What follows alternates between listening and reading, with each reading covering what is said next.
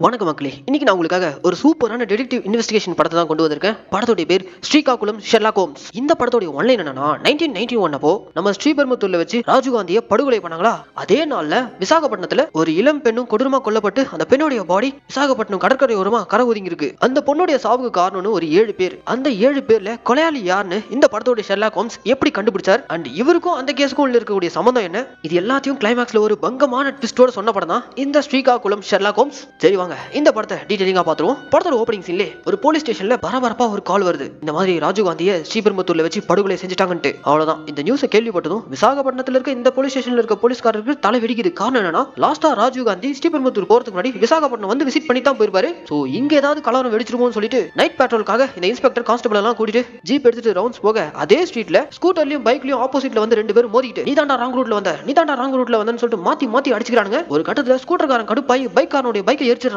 இப்படி இவனுடைய சண்டை ஒரு பக்கம் முத்திக்கிட்டு இருக்க, அதே வழியா ரவுண்ட்ஸ் வரக்கூடிய நம்ம போலீஸ்காரர் நாடா எங்க சத்தம் சொல்லிட்டு இவங்க 2 பேரும் அள்ளி போட்டு டேமேஜ் ஆகாத ஸ்கூட்டர் எடுத்துட்டு ஸ்டேஷன் கிளம்பிறாங்க. அப்படியே இந்த போலீஸ் ஜீப் சைரனை போட்டு ஸ்டேஷன் வழியா போயிட்டு இருக்கும்போது அந்த வழியா 3 மீனவர்கள் சைக்கிள் வந்துட்டு இருக்காங்க. போலீஸ் ஜீப் சைரன் சத்தம் கேட்டதும் குடுகுடுன்னு ஓடி போய் பிளாட்ஃபார்ம்ல பிச்சைக்காரங்களா போர்வையை போத்திட்டு படுத்துக்கிறானுங்க. இந்த 3 பேர் என்ன திருட்டு வேலை பண்ணிட்டு இப்படி பதுங்குறானுன்னு தெரியல. அது என்னன்றதை நம்ம போக போக பார்ப்போம். டாப் ஹேங்கிள் இருந்து இந்த போலீஸ் ஜீப் போகும்போது ரைட் சைடுல ரெட் கலர் கார் ஒன்னு அந்த பக்கம் கிராஸ் ஆக பாக்கும். ஆனா போலீஸ் சைரன் சத்தம் கேட்டதும் அப்படியே பின்வாங்குது. இது எல்லாமே நடந்துட்டு இருக்க டைமிங் விடிய காலையில 3:30 மணி. அப்படியே கட் பண்ணா பீச் வருமா, ஒரு டீ கடையில ஒருத்தர் டீயை சொல்லிட்டு வருமா டயர்டா உட்காந்து நியூஸ் பேப்பர் பார்த்துட்டு இருக்காருல, இவர் ஒரு சஸ்பெண்ட் ஆன போலீஸ் ஆஃபீஸர். இவ்வளவு நேரம் நம்ம பார்த்த இவங்க எல்லாருமே ஏதோ ஒரு வகையில இந்த மர்டர் கேஸ்க்கு கனெக்ட் ஆயிருப்பாங்க. அது என்னன்றது நம்ம போக போக பார்ப்போம். அப்படியே விடிஞ்சதும் கடற்கரை ஓரமா ஒரு காதலர்கள் நடந்து போயிட்டு இருக்கும்போது அங்க ஒரு சின்ன பையன் கீழே எங்களுக்கு கோல்ட் ரிங் கிடைச்சுன்னு எடுத்துட்டு வந்து கொடுக்குறாங்க. அந்த ரிங் யாருடையதுன்னு பார்த்தா அந்த ரிங் இருந்த இடத்துல ஒரு பெண்ணுடைய கை வெளியில இருக்கு. அந்த பெண்ணுடைய கை விரல்ல இருந்த ரிங் தான் அது. சோ ஒரு பெண் அந்த இரவு கொலை செய்யப்பட்டு கடற்கரை ஓரமா பாடியை போட்டு போயிருக்காங்க. இந்த கேஸை இன்வெஸ்டிகேட் பண்றதுக்காக ஓப்பனிங்ல பார்த்த அதே போலீஸ்காரர் கான்ஸ்டபிளோட வராங்க. அதே ஸ்பாட்டுக்கு ஜர்னலிஸ்ட் நிறைய பேர் வந்து குவிஞ்சிருக்காங்க. அவங்க எல்லாருமே இந்த போலீஸ்காரங்க நாக்க பிடிக்கிற மாதிரி கேள்வி கேக்குறாங்க. இதுக்கு முன்னாடி இந்த பீச்ல இந்த மாதிரி கொலைகள் நடந்திருக்கு, அந்த கேஸை நீங்க இன்னும் முடிக்கல, அதுக்குள்ள இப்ப இன்னொரு பெண்ணுடைய சடலம் கிடைச்சிருக்கு,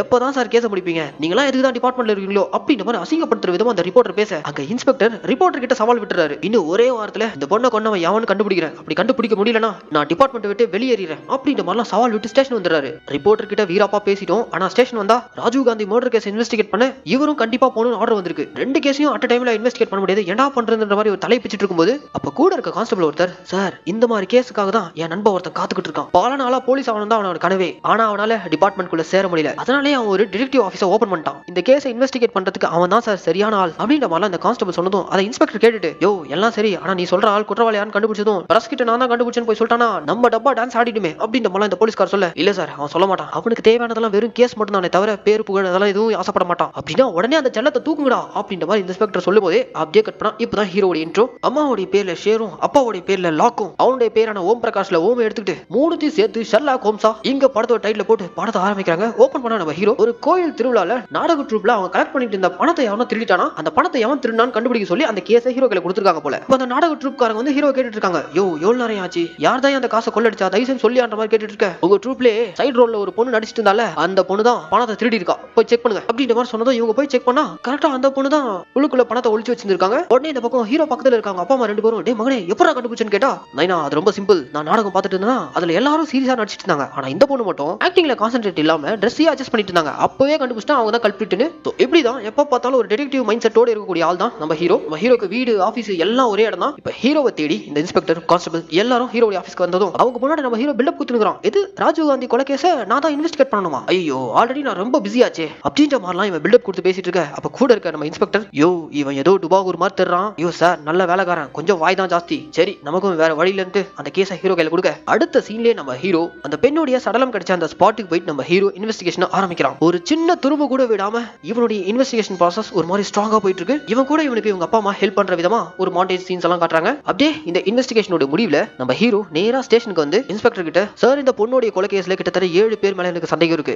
அந்த 7 பேரும் நான் விசாரிக்கணும் அப்படின்ற மாதிரி கேட்க, யோ ஷெர்லாக்ஸ் உனக்கு என்ன ஹெல்ப் வேணும்னாலும் என்கிட்ட தாராளமா கேளு, ஆனா ஸ்டேஷன்ல வச்சு விசாரிக்க முடியாது, அதுக்கு நான் உனக்கு ஒரு தனி இடத்தை செட் பண்ணி கொடுக்குறேன், அண்ட் நீ அந்த 7 பேர் விசாரிக்கிறதுக்கு உன் கூட உனக்கு ஹெல்ப்பரா லேடி கான்ஸ்டபிள் லட்சுமியும் அனுப்பிச்சு விடுறேன், அவங்க உனக்கு எல்லா ஹெல்ப்பையும் பண்ணி தருவாங்க, எப்படியாச்சும் 7 நாளுக்குள்ள அந்த கொலைகாலை யாருன்னு கண்டுபிடிச்சு கொடுத்துரு அப்படின்ற மாதிரி இன்ஸ்பெக்டர் ஹீரோ கிட்ட சொல்லி அனுப்ப. அடுத்த சீன்ல நம்ம ஹீரோ அவருடைய விசாரணைய முதல் சஸ்பெக்டான பாலுன்ற ஒரு டெலிபோன் பூத்காரர் அவர் எழுப்பி அவரை விசாரிக்க ஆரம்பிக்கிறாரு. அவனுக்கு ஒண்ணும் புரியல, யார் சார் நீங்க, என்ன ஏது அப்படின்ற மாதிரி பதட்டமாக, டேய் உன்னை நான் ஏன் விசாரிக்க வந்தேன், எதுக்கு வந்தேன் எல்லாம் உனக்கு தெரியும், ஒண்ணு விடாம நீயா சொல்லிட்டா அடியாச்சு மிஞ்சோம் அப்படின்ற மாதிரி மிரட்டதும் இந்த இடத்துல இருந்து பாலு அவனுடைய பாயிண்ட் ஆஃப் வியூல வந்து கதை சொல்ல ஆரம்பிக்கிறான். ஆக்சுவலா இந்த பாலுன்றவனுக்கு எப்படியாச்சும் வெளிநாட்டுக்கு போய் நிறைய சம்பாதிக்கணும் ஆசை. அதனால கொஞ்சம் கொஞ்சமா காசு எடுத்துட்டு இருக்கான். அதே சமயம் இந்த ஊர்லயே ஒரு டெலிபோன் பூத்தை வச்சு நடத்திக்கிட்டு இருக்கான். அப்படி இவன் டெலிபோன் பூத் நடத்திட்டு இருக்கும்போது இவன் பூத்துக்கு ரெகுலரா பிரம்மான்ற ஒரு பொண்ணு வருவாங்க. இவங்க தான் இந்த படத்தோட ஹீரோயின். இவங்க அதே ஊர்ல இருக்க ஒரு சில்ட்ரன் ஹோம்ல வேலை பார்த்துட்டு இருக்காங்க. இவங்க கூட எப்போ இவங்களுடைய ஃப்ரெண்ட் மேரின்ற ஒரு பொண்ணு கூடவே தான் இருப்பாங்க. ரொம்ப நாளாவே நம்ம பாலு பிரம்மாவை பார்த்துட்டு இருக்கான். ரெண்டு பேருக்குள்ளயும் பாத்தீங்கன்னா சின்னதா ஒரு லவ் ட்ராக் மாதிரி போயிட்டு இருக்கு. அப்படியே இந்த சாங்ல ரெண்டு பேரும் பீச்ல இருக்கும்போது ஒரு ஃபுட்பாலை யூஸ் பண்ணி இவங்க ரெண்டு பேருக்குள்ள இருக்கக்கூடிய அந்த லவ்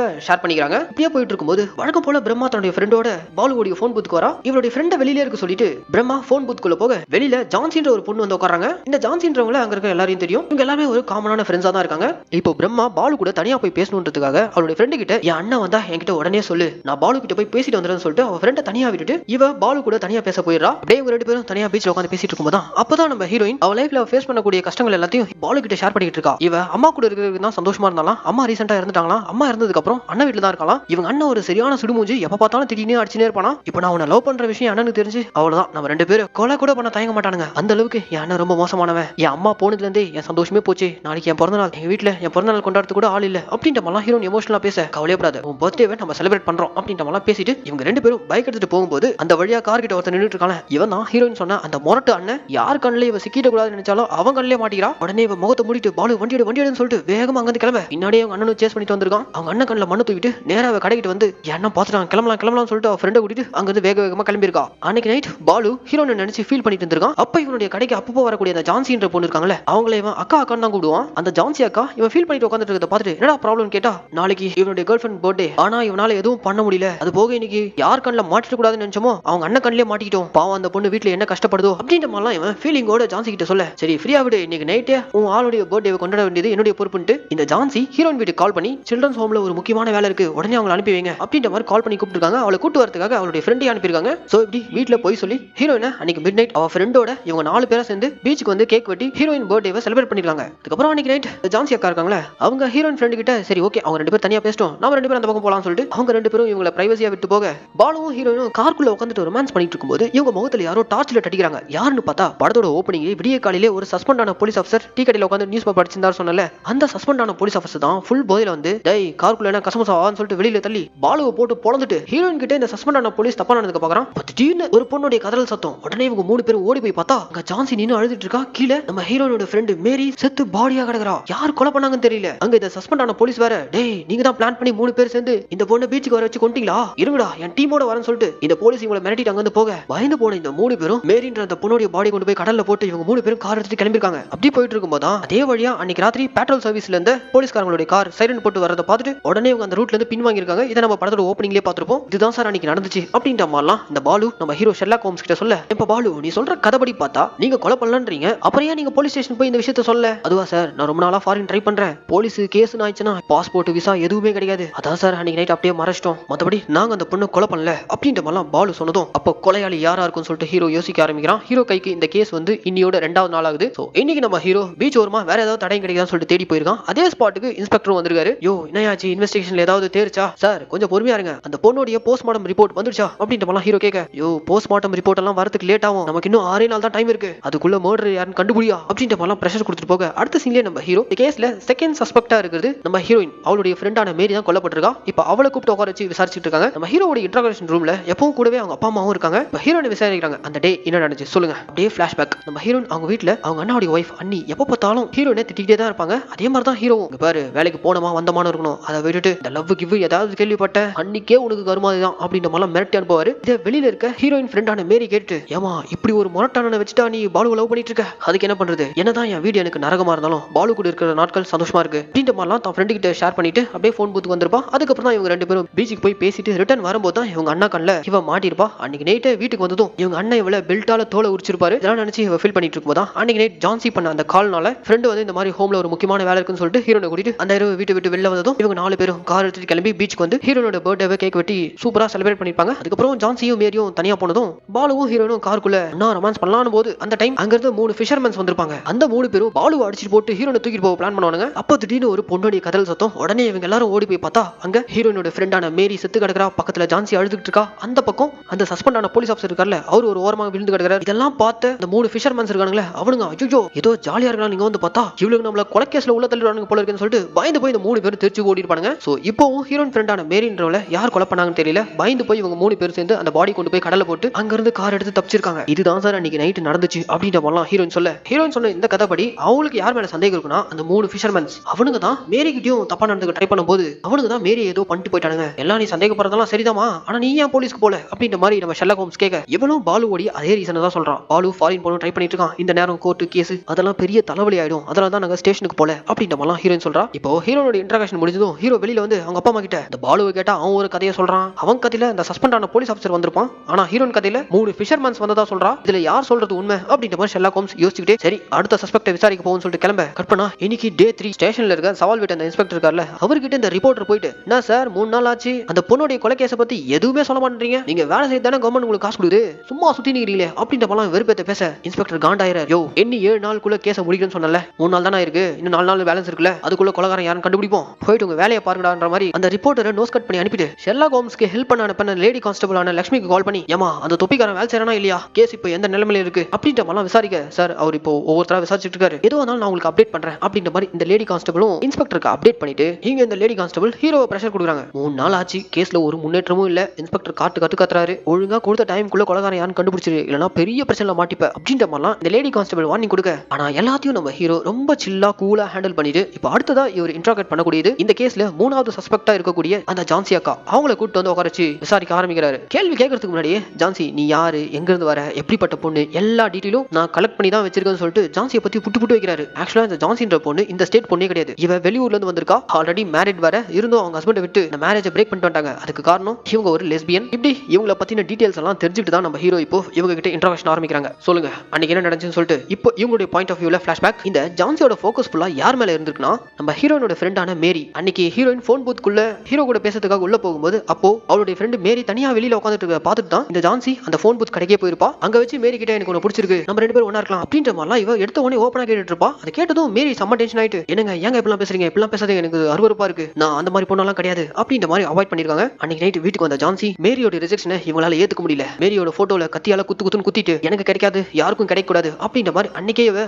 மேரி மேல இவ சமகான்ல இருந்திருக்காங்க. அந்த டைம் தான் நம்ம ஹீரோ ஹீரோனை நினைச்சு எமோஷனலா இன்னைக்கு என் கேர்ள் ஃப்ரெண்டோட பர்த்டே, நான் என்னால எதுவும் பண்ண முடியல அப்படின்ற மாதிரி ஃபீல் பண்ணிட்டு இருக்கத பார்த்துட்டு ஓகே இதை வச்சே மேரியை வர வச்சிடலாம் சொல்லிட்டு தான் தன்னுடைய காரியம் ஆகணுன்றதுக்காக தான் இந்த ஜான்சி ஹீரோயின் வீட்டுக்கு கால் பண்ணி சில்ட்ரன்ஸ் ஹோம்ல ஒர்க் இருக்குன்னு போய் சொல்லி வீட்ல இருந்து ஹீரோனை கூட்டிட்டு வரதுக்காக அவளுடைய ஃப்ரெண்டான மேரியே அனுப்பி அப்படிதான் இவங்க 4 பேருமே பீச்சுக்கு வந்து ஹீரோயின் பர்த்டே செலிப்ரேட் பண்ணிருக்காங்க. அதுக்கப்புறம் பாலுவும் ஹீரோனும் தனியா இருக்கட்டும், நம்ம 2 பேரும் அந்த பக்கம் போலாம் அப்படின்ற மாதிரி ஜான்சி மேரியை கூப்பிடுறதுக்கு காரணமே அவளுடைய சுயநலத்துக்காக தான். அப்படி இந்த ஜான்சி மேரியை தனியா கூட்டு போயிட்டு அவகிட்ட நெருங்க ட்ரை பண்ணிருக்கா. ஆனா இது மேரிக்கு பிடிக்காம ஒதுங்கி போக ட்ரை பண்ணிருக்கா. 2 பேருக்குள்ளயும் ஒரு பயங்கரமான ஸ்ட்ரகிள் ஏற்பட்டிருக்கு. தனக்கு கிடைக்காத ஒரு விஷயம் வேற யாருக்கும் கிடைக்கூடாதுன்ற ஒரு கொலை வெறியோட போன ஜான்சி மேரியை குத்தி கொண்டிருக்கணும், இதுதான் நடந்துச்சு அப்படின்ற மாதிரி இன்ட்ராகேட் பண்ணிட்டு இருக்க நம்ம ஹீரோ கேட்க, இல்ல சார் நீங்க சொன்னதுல பாதி உண்மை பாதி போய் அப்படின்ற மாதிரி ஜான்சி நான் கொலை பண்ணலன்னு சொல்றா. இல்ல நீ தான் மேரியை கொண்டு இருக்க, அவளை அடைய முடியலன்ற கோவத்துல நீ தான் அவளை கொண்டு இருக்க, அதுக்கு சாட்சி ஜான்சியோட க்ளோஸ் ஃப்ரெண்ட் ஒருத்தி, அவகிட்ட எல்லாத்தையுமே ஷேர் பண்ணிருப்பா, அவ வந்து போலீஸ் கிட்ட இன்ஃபார்ம் பண்ணிருக்கா. சோ இந்த ஒரு சாட்சி போதும், நீ தான் மேரியை கொண்டு இருக்க, கேஸ் க்ளோஸ்ட் அப்படின்ற மாதிரிலாம் ஹீரோ ஜான்சி தான் அந்த கொலையை பண்ணிருக்கான்ற மாதிரி கன்ஃபார்மா பேச, அப்போ அந்த இடத்துல ஹீரோ கூட அசிஸ்டண்டா இருக்கக்கூடிய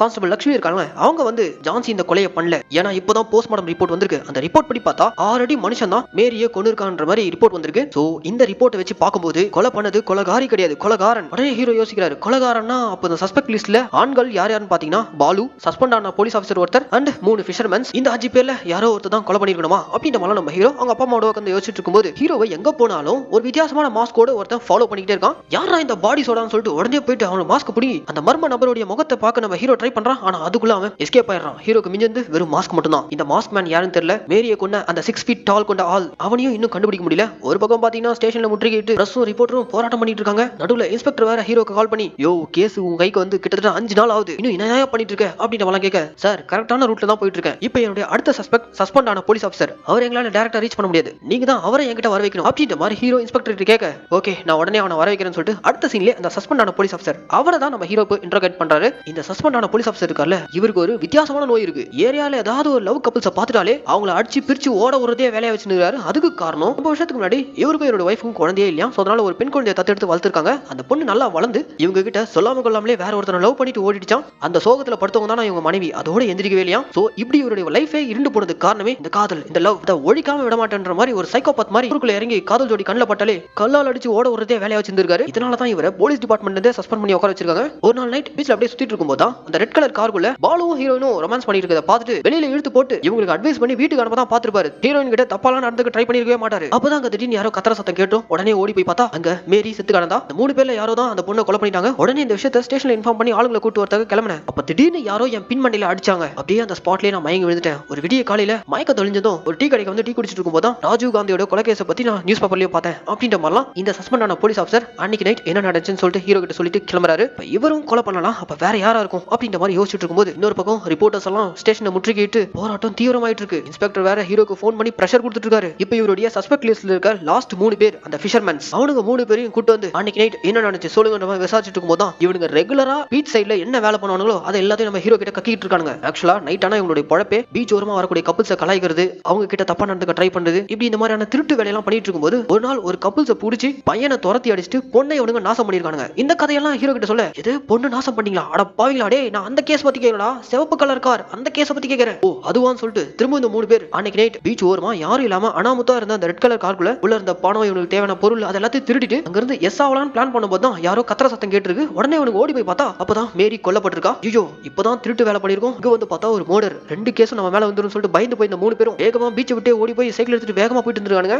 வேகமா சைக்கிள் இவனுக்கு போயிட்டு இருக்கும்போது தான் இன்ஸ்பெக்டர் அன்னைக்கு நைட் பேட்ரோல் சர்வீஸ்ல சைரன் போட்டு அந்த வழியா வந்திருப்பாரு. போலீஸ் கார் சத்தம் கேட்டதும் இவனுக்கு 3 பேரும் சைக்கிளை போட்டு அப்படியே ரோட் ஓரமா இருக்க பிச்சைக்காரங்களோட பிச்சைக்காரங்களா போய் படுத்துட்டு இருப்பானுங்க. இதுதான் சார் நடந்துச்சு, நாங்க கொலையெல்லாம் பண்ணல அப்படின்ற மாதிரி இந்த 3 பேரும் வாக்குமூலம் கொடுக்க, என்னடா அது எந்த பக்கம் போனாலும் ஒரே டெட் எண்டா இருக்கு, சஸ்பெக்ட் லிஸ்ட்ல இருக்க இந்த 7 பேருமே கொலை பண்ணலாம், அப்ப யார் தான் அந்த பொண்ணு கொலை பண்ணிருப்பா அப்படின்ற மாதிரி நம்ம ஹீரோ யோசிச்சுட்டு இருக்கும்போது இன்ஸ்பெக்டர் நம்ம ஹீரோ தேடி வந்துறாரு. யோ உன் கையில கேஸை கொடுத்து 6 நாள் முடிஞ்சு எந்த ஒரு ப்ராக்ரஸுமே இல்ல, இனிமேல் இந்த கேஸை பார்க்க வேணா நீ கிளம்பு அப்படின்ற மாதிரி ஹீரோ துரத்த, சார் இன்னும் 1 நாள் பாக்கி இருக்குல்ல சார், எனக்கு ஒரே ஒரு நாள் டைம் கொடுங்க, கண்டிப்பா அந்த மர்டரர் யார் நான் கண்டுபிடிக்கிறேன் அப்படின்ற மாதிரி ஹீரோ எவ்வளவு கெஞ்சறாரு. ஆனா இன்ஸ்பெக்டர் கேட்கல. உன்ன மாதிரி ஜோக்கர் எல்லாம் நம்மனா நான் நடுத்தருக்கு நிக்க வேண்டியதான் சொல்லிட்டு ஹீரோவை அடிச்சு துரத்திடுறாங்க. ஹீரோ அப்படியே எமோஷன்ல வெளியில நின்னுட்டு இருக்கும்போது ஜோனு மழை. அங்க இவருக்கு கூட ஹெல்ப்பரா வந்த கான்ஸ்டபிள் லட்சுமி இருக்காங்களே, அவங்க வந்து யோ நீ எதுக்கு இந்த கேஸ்ல இவ்வளவு மும்முரமா இருக்க, இந்த கேஸ்னால உனக்கு எந்த ஒரு ஆதாயமும் இல்ல, உனக்கு பேர் புகழ் பணம் எதுவுமே கிடைக்க போறதில்ல, அப்புறம் எதுக்காக இந்த கேஸ்ல நீ ஏன் இவ்வளவு இன்ட்ரெஸ்டா இன்வால்வ்டா இருக்க, உன்னதான் இவனுக்கு மரியாதையா நடத்த மாட்டாங்களா, தூக்கி போட்டு போயா அப்படின்ற மாதிரி இவங்க சொல்ல, அந்த இடத்துல நம்ம ஹீரோ எமோஷனலா இந்த கேஸை சால்வ் பண்ணாதான் என்னுடைய இன்னொரு கேஸை என்னால சால்வ் பண்ண முடியும் அப்படின்ற மாதிரி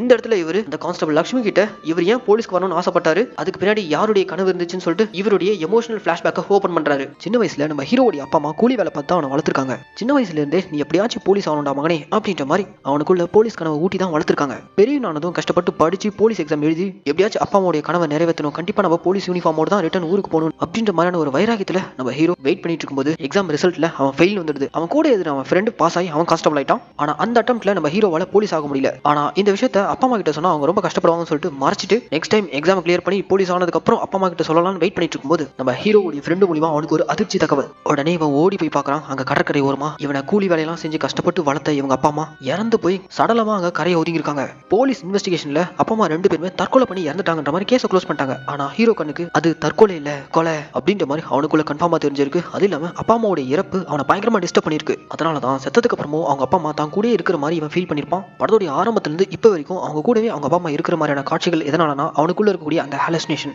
தன்னுடைய அப்பா அம்மா எப்பவும் தான் கூடயே தான் இருக்காங்கன்ற மாதிரி அவனா கற்பனை பண்ணிக்கிட்டான். அண்ட் இப்போ மேரின்ற அந்த பொண்ணு கொலை கேஸுக்கும் இவங்க அப்பா அம்மாவுடைய சாவுக்கு இருக்கக்கூடிய ஒற்றுமை என்னன்னா 2 பேரையும் அதே டைப்ல கொலை பண்ணி அதே கடற்கரை ஓரமா போட்டிருக்காங்க.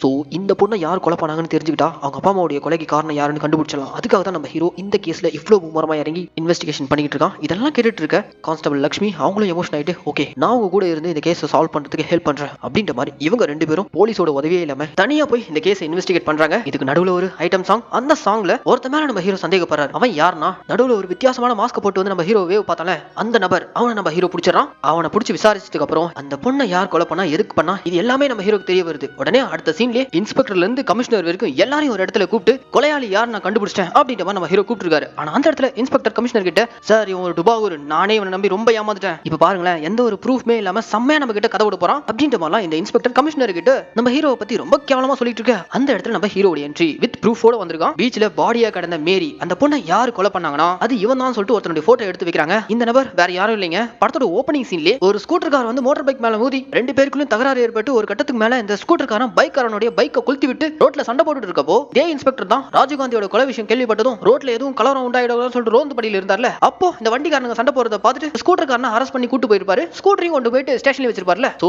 இந்த ஸ்கூட்டர் காரன் தான் மேரியை கொலை பண்ணான்ற மாதிரி இந்த இடத்துல ஹீரோ சொல்றாரு. அதுக்கு காரணம் சின்ன வயசுல இருந்தே காசு கொடுத்தா எதை வேணா செய்யக்கூடிய ஒரு மோசமான ரவுடியா தான் இவன் உருவாயிருக்கான். எனி டைம் போத, அதே சமயம் காசுக்காக எவனுடைய கழுத்தா இருந்தாலும் அறுத்து போட்டு போயிட்டே இருந்துருவான். அந்த அளவுக்கு மோசமான கொலைகாரன் தான். அன்னைக்கு நைட் பீச்ல வச்சு மேரியை கொன்னதுக்கு அப்புறம் தான் அந்த வழியா ஸ்கூட்டர்ல வந்திருப்பான். பிரச்சனையா இருக்கும். இன்ஸ்பெக்டர் டாக்டர் கண்ணில் மாட்டினதும் இவன் அள்ளி போட்டு ஸ்டேஷன் கொண்டு போயிருப்பாங்க. சொல்ல போனா படத்தோட ஓப்பனிங்லேயே கொலை பண்ணவன போலீஸ் பிடிச்சிருச்சு. ஆனா அவன் தான் மர்டர்னு தெரியாம ஏதோ ரோட்ல தகராறு பண்ணான்னு அரெஸ்ட் பண்ணிட்டு போயிட்டாங்க. சோ இவன் தான் மேரியை கொன்னவன். இவன் எதுக்காக கொல்லணும்? இவன் ஜஸ்ட் காசுக்காக கொலை பண்றவன். இவன் கிட்ட காசு கொடுத்து கொலை பண்ண சொன்னது இங்க தான் இன்னொரு ட்விஸ்ட். நம்ம டெலிபோன் பூத் வச்சிருந்தார்ல பாலு, அவன் தான் இவனுக்கு காசு கொடுத்து மேரியை கொலை சொன்னான். அப்படின்ற மாதிரி பாலுவோட போட்டோ வச்சதும் இவனுக்கும் மேரிக்கும் என்ன சம்பந்தம்? மேரி எதுக்காக இவன் கொலை பண்ணணும்னு நினைச்சானா? இங்க தாங்க இந்த படத்தோட இன்னொரு பங்கமான ட்விஸ்ட். மேரியை கொலை பண்ண சொன்னதே அவளுடைய க்ளோஸ் ஃப்ரெண்டான நம்ம ஹீரோயின் பிரம்மா. இங்க தாங்க எல்லாமே ரிவீல் ஆக போகுது. ஆக்சுவலா பிரம்மா அவளை பத்தி சொன்னது, அவளை பத்தி ப்ரொஜெக்ட் பண்ணது எல்லாமே போய் அவ வீட்டுல முதல் கொண்டு அவ அண்ணில இருந்து அண்ணன் வரைக்கும் எல்லாருமே அவளை பார்த்து பயப்படுவாங்க. ஏன்னா அவ வீட்லயே அதிகமா சம்பாதிக்கிறவளே நம்ம ஹீரோயின் தான். சோ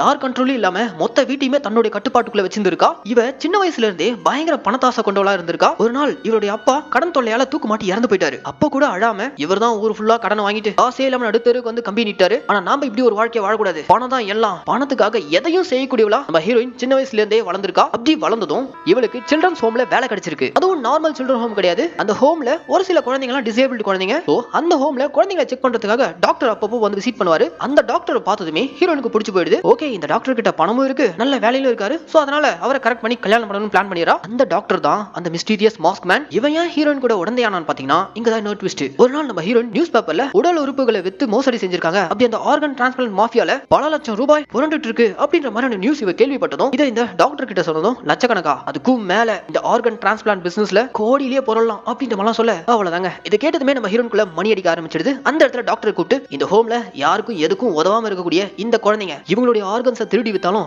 எவனும் கேட்க நாதி இல்ல அப்படின்ற மாதிரி டாக்டரை இவ பக்கம் இழுத்துட்டு இப்ப மிச்சம் இருக்கிறது அந்த ஆசிரமத்தை நடத்திக்கிட்டு இருக்க ஃபாதர். அவரை தான் இப்ப கண்ட்ரோல்குள்ள கொண்டு வரணும். அவருக்கும் ஒரு வீக்னஸ் இருக்கு. அந்த ஹோம்க்கு வந்துட்டு இருந்த ஃபண்ட் பணத்திலே இவர் கை வச்சாரு போல. அந்த பணத்தை எடுத்து ரொட்டேஷன் பண்ணதுல மாட்டிட்டாரு. சோ மேல் இடத்துல இருந்து வந்து ஃபாதரை போட்டு மிரட்டுறாங்க. எண்ணி ஒரே வாரத்துல நீ அடிச்ச பணத்தை மொத்தமா எடுத்துட்டு வந்து திரும்ப வைக்கிற, இல்லனா போலீஸ் கம்ப்ளைண்ட் கொடுத்துருவோம் அப்படின்ற மாதிரி ஃபாதரை மிரட்டிட்டு போவ. ஃபாதருக்கு என்ன பண்றதுன்னு தெரியாம முழிச்சிட்டு இருக்கும்போது அத நம்ம ஹீரோன் பார்த்ததும் இதுதான் இவரை நம்ம வலையில சிக்க வைக்கணுன்றதுக்காக அவரை நேர்ல மீட் பண்ணி இங்க பாருங்க, நீங்க அடிச்ச பணத்தெல்லாம் ஒரே வாரத்துல திரும்ப வைக்கிறது ரொம்ப ரொம்ப கஷ்டம். ஆனா எங்க கூட சேர்ந்துக்கிட்டீங்கன்னா ஒரே வாரத்துல திரும்ப வச்சிடலாம் அப்படின்ற மாதிரி பிரெயின் வாஷ் பண்ணி அந்த ஃபாதரையும் இவங்க கூட்டு கலவனையா சேர்த்துக்கிட்டு அதே ஹோம்ல இருக்க ஒரு பையனுக்கு இந்த டாக்டர் ஒரு மோசமான இன்ஜெக்ஷனை போட்டு வேற ஹாஸ்பிட்டல் கொண்டு போய் கிட்னியை திருடி வித்து பாவம் அந்த பையனுக்கே தெரியாம திரும்ப கொண்டு வந்து ஹோம்லயே போட்டுருக்காங்க. ஒரு கட்டத்துக்கு மேல உடம்பு சரியில்லாம இருந்து அந்த பையன் இறந்தே போயிட்டான். இந்த விஷயம் வெளி உலகத்துக்கு தெரியாம இந்த 3 பேரும் கூட்டு கலவனையா சேர்ந்துட்டு அந்த பையனுக்கு உடம்பு சரியில்லாம தான் செத்து போயிட்டான்ற மாதிரி இந்த டாக்டர் வச்சு சர்டிபிகேட் வாங்கி அப்படியே மூடி மறைச்சிட்டாங்க. ஆனா அதே ஹோம்ல நம்ம ஹீரோனுக்கு ஃப்ரெண்டா இருக்கக்கூடிய மேரி இருக்கல, அவ மோப்ப முடிச்சிடறா. இங்க இவங்க எல்லாம் சேர்ந்துட்டு இந்த குழந்தைகளுக்கு ஏதோ தப்பு பண்றாங்கன்னு புரிஞ்சுக்கிட்டு அன்னைக்கு ராத்திரி இவங்க 3 பேரும் ஒண்ணு கூடி அடுத்து இங்க இருக்கிற யாருடைய ஆர்கனை திருடலான்ற மாதிரி இந்த கூட்டு கலவனைங்க பேசிட்டு இருக்கிறத இந்த மேரி விண்டோ வழியா பாத்துறா. உடனே ஒரு வீடியோ கேமரா வச்சு அவங்க என்னென்னலாம் பேசுறாங்களோ அதை மொத்தத்தையும் ரெக்கார்ட் பண்ணிக்கிட்டு அடுத்த சீன்லயே இந்த 3 கல்பிரிச்சும் கூண்டோட புடிச்சு கொடுக்கிறதுக்காக ஸ்டேஷனுக்கு தான் போயிருக்காங்க. ஆனா அன்னைக்கு ஸ்டேஷன்ல இன்ஸ்பெக்டர் கொஞ்சம் பிஸியா இருந்ததுனால எந்த கம்ப்ளைண்டா இருந்தாலும் ரைட்டர் கிட்ட சொல்லிட்டு போமா அப்படின்ற மாதிரி இன்ஸ்பெக்டர் இந்த சீரியஸா எடுத்துக்காம மேரி கேஸ ரைட்டர் கிட்ட ஒப்படைக்க அந்த ஸ்டேஷன்ல இருந்த ரைட்டரே நம்ம ஹீரோயினால் தான். சோ மேரி இந்த மாதிரி எவிடன்ஸோட ஸ்டேஷன்ல உங்களை பத்தி கம்ப்ளைண்ட் கொடுக்கிறதுக்காக வந்திருக்கா அப்படின்ற விஷயம் கால் பண்ணி ஹீரோயின்கே போட்டு கொடுத்துறான். எப்படியோ இந்த கேஸ் வேற யார் கைக்கும் போகாம ஸ்டேஷன்ல இருக்க நம்ம கருப்பாடு கிட்ட போனதுனால நாம தப்பிச்சோம். இதுக்கப்புறமும் மேரியை விட்டு வைக்கூடாதுன்னு சொல்லிட்டு அன்னைக்கு நைட்டே நம்ம ஹீரோயின் பிளான் பண்ணிருக்காங்க. இவளை பத்தின விஷயம் மேரிக்கு தெரிஞ்சிடுச்சுன்னு அவகிட்ட காட்டிக்காமலே பழையபடி ரொம்ப நார்மலா அவகிட்ட பழகிட்டு மேரியோட கதையை முடிக்கிறதுக்காக தான் பாலு கிட்ட லவ் பண்ற மாதிரி பேசி அவனை தனியா பீச்சுக்கு கூட்டு போயிட்டு அவன் கிட்ட எல்லா உண்மையும் சொல்லியிருக்கா. இங்க பாரு, நீ நினைக்கிற மாதிரி நான் ஒன்னும் அவ்வளவு நல்ல பொண்ணெல்லாம் கிடையாது. பணத்துக்காக நான் எதையுமே செய்யக்கூடியவதான். இப்ப என்கிட்ட நிறைய பணம் இருக்கு, நீயோ ஃபாரின் பொண்ணு துடிச்சுக்கிட்டு இருக்க. அந்த பணத்தெல்லாம் எடுத்துக்கிட்டு நீ நானும் ஃபாரின் போய் செட்டில் ஆயிடலாம். ஆனா அதுக்கு முன்னாடி உன் மூலியமா எனக்கு ஒரு காரியம் ஆக வேண்டியது இருக்கு. நம்ம தப்பிக்கணும்னா என் கூடவே இருக்க மேரியை கொல்லணும், அது உன்னுடைய பொறுப்பு அப்படின்ற மாதிரி ஹீரோயின் பாலுவை பிரெயின் வாஷ் பண்ணி மேரியை கொல்ல சொல்லி பிளான சொல்லிட்டு வர. அதுக்கப்புறம் தான் பாலு அந்த கில்லர் ஸ்கூட்டர்காரன் அவங்க கிட்ட பேசி காசை கொடுத்து நைட் ஹீரோயினுக்கு பர்த்டேன்ற பேர்ல நாடகம் ஆடி பீச்சுக்கு கூட்டு வந்து மேரிய அந்த ஸ்கூட்டர்காரன் தான் கொடூரமா கொலை பண்ணிட்டு போயிருக்கான். அதுக்கப்புறம் தான் அங்க அந்த சத்தத்தை கேட்டு அந்த சஸ்பெண்ட் ஆன போலீஸ் ஆஃபீஸர் அங்க வந்துருப்பாரு. உங்க 3 பேர்ல யாரோ ஒருத்தர் தான் கொலை பண்ணிருக்கீங்க அப்படின்ற மாதிரி கெஸ் பண்ணிட்டு அவர் அங்க வந்து ட்ரூப் கூட்டு வரதுக்காக போகும்போது அவருடைய பின்தலையில யாரோ ஒருத்தவங்க தாக்குனாருன்ற மாதிரி அவர் சொன்னார்ல, அதுவும் வேற யாரும் இல்ல நம்ம ஹீரோயின் தான். பலமான மட்டையால ஒரே அடி, அவ்வளவுதான். அந்த சஸ்பெண்ட் ஆன போலீஸ் ஆஃபீஸரும் அங்கேயே மயங்கி விழுந்திருப்பாங்க. அதுக்கப்புறம் இவங்க 3 பேரும் கார்ல போயிட்டு இருக்கும்போது நம்ம எப்பவும் ஒரே மாதிரி ஒரே கதையை சொல்லக்கூடாது. போலீஸ் கன்ஃபியூஸ் பண்ற விதத்துல ஒவ்வொருத்தரும் ஒவ்வொரு ஸ்டோரி சொல்லுங்க, அப்பதான் கடைசி வரைக்கும் போலீஸ்காரங்க குழப்பத்திலே இருப்பானுங்க அப்படின்ற மாதிரி எல்லா மாஸ்டர் பிளான் போட்டு கொடுத்ததே நம்ம ஹீரோயின் தாங்க. சோ இப்படி அந்த மேரியோட கொலைகேஸுக்கு பின்னாடி யார் இருக்கான்ற விவரத்தை டீட்டெயிலா சொன்னதுக்கு அப்புறம் இந்த ஸ்கூட்டர்காரன் எப்படி மாட்டான்ற விஷயத்தையும் சொல்லிருப்பாரு. அவன் எப்படி சிக்கிருப்பானா, மேரி சாகர தருணத்துல அங்க ஒரு மேகசின்ல சில எழுத்துக்கள் மேல அவளுடைய பிளட் டிராப்ஸை விட்டு போயிருப்பா. அதை நம்ம ஹீரோ எடுத்து செக் பண்ணி பார்த்ததுல அதுல குறிப்பா சில வேர்டிங் அது எதை குறிக்குதுன்னா, பல நூற்றாண்டுகளுக்கு முன்னாடி ஒரு ராஜா தன்னுடைய குதிரைக்கு சட்டாக்குன்னு பேர் வச்சிருந்தாராம். பர்టిక్యులரா இந்த லைன்ல சாகர தருணத்துல மேரி எதுக்காக இந்த இடத்துல தன்னுடைய பிளட் டிராப்ஸ் விட்டு போயிருக்கணும்ன்ற மாதிரி ஹீரோ யோசிச்சுட்டு இருக்கும்போது தான் அப்பதான் இவருக்கு ஒரு பதில் கிடைக்குது. ஸ்டேஷன்ல இருக்கிற அந்த திருட்டு பையனுடைய ஸ்கூட்டருடைய பேர் தான் பஜாஜ் சட்டாக். சோ அப்படிதான் அவனை பிடிச்சி லாக் பண்ணிருப்பாங்க. கடைசியா இப்படி மேரியோட கொலைக்கு பின்னாடி யார் யாரெல்லாம் இருக்காங்கன்ற மாதிரி புட்டு வச்சதுக்கு அப்புறமும் இவங்க அப்பா அம்மாவுடைய கொலைக்கு பின்னாடி யார் இருக்கான்றதையும் இங்க தான் நம்ம ஹீரோ ரிவீல் பண்றாரு. ஆக்சுவலா ஹீரோவுடைய அப்பா அம்மாவும் அதே குழந்தைகள் காப்பகத்தில் தான் வேலை பார்த்துட்டு இருப்பாங்க. அப்போ அந்த ஹோம்ல இருக்க குழந்தைங்களுக்கெல்லாம் அங்க இருக்கிற இந்த டாக்டரும் ஹோம் நடத்திட்டு இருக்க ஃபாதரும் குழந்தைங்களை வச்சு ஏதோ ஒரு திருட்டு வேலை பண்ணிட்டு இருக்காங்கன்னு இவங்க ரெண்டு பேருக்கும் சந்தேகம் எழுந்திருக்கு. இவங்களுக்கு சந்தேகம் வந்துடுச்சுன்ற விவரத்தை அதே ஹோம்ல வேலை பார்த்துட்டு இருக்க நம்ம ஹீரோயின் மாப் முடிச்சிடறா. இதுக்கு மேல இவங்களை விட்டு வைக்க கூடாது, இவங்களுக்கு ஒரு பாயசத்தை போட்டுற வேண்டியதான்ட்டு இவங்க ரெண்டு பேருக்கிட்டையும் அதே எமோஷனல் பிட். எங்க அம்மா இறந்ததுக்கு அப்புறம் என்ன பாத்துக்க வீட்டுல யாரும் இல்ல, எங்க அண்ணா அண்ணி கொடுமை பண்றாங்க, நாளைக்கு என்னுடைய பிறந்த நாள், அதை கொண்டாடுறதுக்கு கூட ஆளே இல்ல, இப்படிலாம் இவளுடைய எமோஷனல் பிட்ட ஹீரோவுடைய அப்பா அம்மா கிட்ட போட, கவலையே படாதமா உன்னுடைய பிறந்த நாளை சூப்பரா கொண்டாடுறோம்னு சொல்லிட்டு அன்னைக்கு நைட் பீச்சுக்கு இந்த பொண்ணை கூட்டு வந்து கேக் வெட்டி சந்தோஷமா கொண்டாடிட்டு இருக்கும்போது பாவம் அப்ப இந்த அப்பா அம்மாக்கு தெரியாது இந்த பொண்ணு நம்மள பாடையில ஏத்து தான் கூட்டு வந்திருக்கான்ட்டு. எஸ் அப்படியே சந்தோஷமா சிரிச்சு பேசிட்டு இருக்கும்போதே ஹீரோயின் அடியாளங்களை வச்சு ஹீரோவுடைய அப்பா அம்மாவை ரெண்டு பேரையும் கழுத்தை நெரிச்சு காலி பண்றாங்க. சோ இப்படி இந்த கேஸை நம்ம ஹீரோ அந்த இடத்துல பக்காவா முடிக்க இதை கேட்டுட்டு இருக்க கமிஷனரோ, ஷெர்லாக் உனக்குள்ள ஒரு சூப்பரான துப்பறிவாளன் இருக்கான், உன்ன மாதிரி ஆளுங்க தான் எங்க டிபார்ட்மெண்ட்டுக்கு தேவை, நான் உனக்கு ஸ்பாட் அப்பாயின்மெண்ட் கொடுக்குறேன், நீ எங்க கூட டிபார்ட்மெண்ட்ல சேர்ந்துக்கோ அப்படின்ற மாதிரி கூப்பிடுறாரு. ஆனா அந்த இடத்துல நம்ம ஷெர்லாக் ஹோம்ஸ் அந்த வேலையை தூக்கி போட்டு, இல்ல நான் டிடெக்டிவா இருந்து இன்னும் செய்ய வேண்டிய காரியம் நிறைய இருக்கு, போலீஸ் டிபார்ட்மெண்ட்குள்ள வந்துட்டா உங்களுடைய ரூல்ஸை நான் ஃபாலோ பண்ண வேண்டியதா இருக்கும், ஆனா எந்த ஒரு ரூல்ஸ் இல்லாம நான் நினைச்ச மாதிரி வேலை பார்க்கணும்னா அதுக்கு நான் எடுத்திருக்க இந்த பிரைவேட் டிடெக்டிவ் அவதாரம் தான் கரெக்டான வழி அப்படின்ற மாதிரி ஒரு பயங்கரமான மாசான பஞ்ச் டயலாக் எல்லாம் பேசிட்டு அங்க இருந்து கிளம்ப எங்க இந்த படத்துக்கான பார்ட் 2 லீட் கொடுத்து படத்தை முடிக்கிறாங்க. போஸ்ட் கிரெடிட் சீன்ல கொலை கேஸ்ல இன்வால்வ் ஆன எல்லாரையும் போலீஸ்காரங்க ரவுண்ட் அப் பண்ணி பிடிக்கிறாங்க. இப்படியே இந்த படத்தையும் சூப்பரா முடிக்கிறாங்க. என்ன மக்களே, இந்த படத்துக்கு நான் கொடுத்த வாய்ஸ் ஓவர் உங்களுக்கு கண்டிப்பா பிடிச்சிருக்கும் நான் நம்புறேன். இதே மாதிரி தொடர்ந்து நம்ம மினி தியேட்டர்ல ரிலீஸ் பண்ணக்கூடிய படங்கள்லாம் நீங்க பார்க்கணும்னு ஆசைப்பட்டீங்கன்னா மறக்காம நம்ம தமிழ் மினி தியேட்டரை சப்ஸ்கிரைப் பண்ணிக்கங்க. அண்ட் கூடவே பெல் ஐகானையும் பிரஸ் பண்ணிட்டாதான் நாங்க தினமும் எங்க தியேட்டர்ல ரிலீஸ் பண்ணக்கூடிய படங்கள்லாம் உங்க கைக்கு டைமிங்க்கு வந்து சேரும். இந்த வீடியோ உங்களுக்கு பிடிச்சிருந்துச்சுன்னா மறக்காம இந்த லைக் கமெண்ட் ஷேர் இதெல்லாம் பண்றீங்க மக்களே. இதே மாதிரி ஒரு சூப்பரான படத்தோட நான் உங்களை நாளைக்கு சந்திக்கிறேன். Ta-ta bye by.